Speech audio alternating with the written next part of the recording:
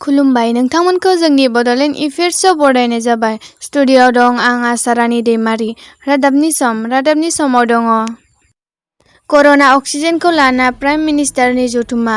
बे जथुम्मायाव oxygen supply गोनांथिनि बागै गोख्रोङै सावरायमेल खुंनाय जायो। दिल्लीआव जानो हाथाव थार्ड वेभ कर'नानिफ्राय बासायनो थाखाय डिडिएमएआव सावरायमेल खुंदों। सावरायनायाव डिडिएमएनि साखाफारा खालामगिरि हा स्वेग एलजिएमनि सिगाङाव खोन्थागोन डिडिएमएआ कर'ना थार्ड वेभनि थाखाय माबादि साखाफारा जानानै दंखायो। हादोराव कर'नाजों जुजिगासिनो दं। दासिम हादोराव गासै 43,000 गोदान केस मोननो हादों।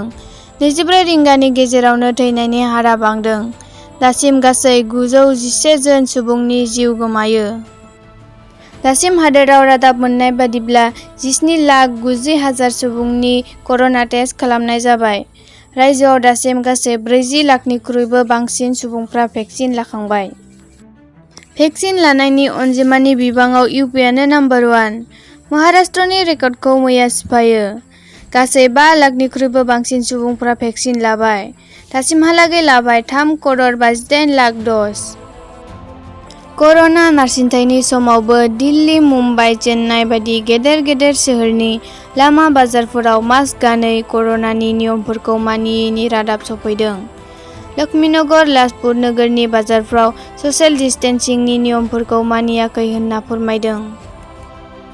कर'ना भाइरासआ हावभावआव नारसिननायजों लोगोसे आरोबाव गुबुन अंगखौ नारसिननायनि जाहोनाव लाख सुबुंनि जिउ गोमानाय बाथ्राया भ'पालनि एम्सआव रोखा फोरमान जायो।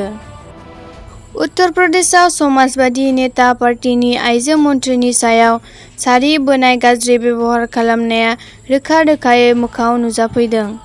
बे जाथाया उत्तर प्रदेशनि लखिमपुर खीरीआव जादों। उत्तर प्रदेशनि सरयू जाथायाव दासिम सा 6 नि जिउ रैखा। 3 जिउ गोमायो आरो 3खौ जिल्ला देहा फाहामसालियाव दैथायहरनाय जायो। दासिम सा 6आ गोमाना दं। इउपिनि आजमगढ़ जिल्लानि बेंडोंआव थानाय सासे फौजि आर्मी रिटायारनि फिसालाया गावखौनो गुलि गावना बुथारना लायो। मा जाहोननि थाखाय गावखौ बुथारना लाखो दासिम जेबो खौरां मोननो हायाखै। बुलन्द शहरनिफ्राय टकिय' अलिम्पिक्सनि थाखाय बक्सिंआव सतीश जाधव, शुटिंआव खुरजानी मैराज आरो रयिंआव अरविन्द सोलंकी बिथांमोना सायख'जायो।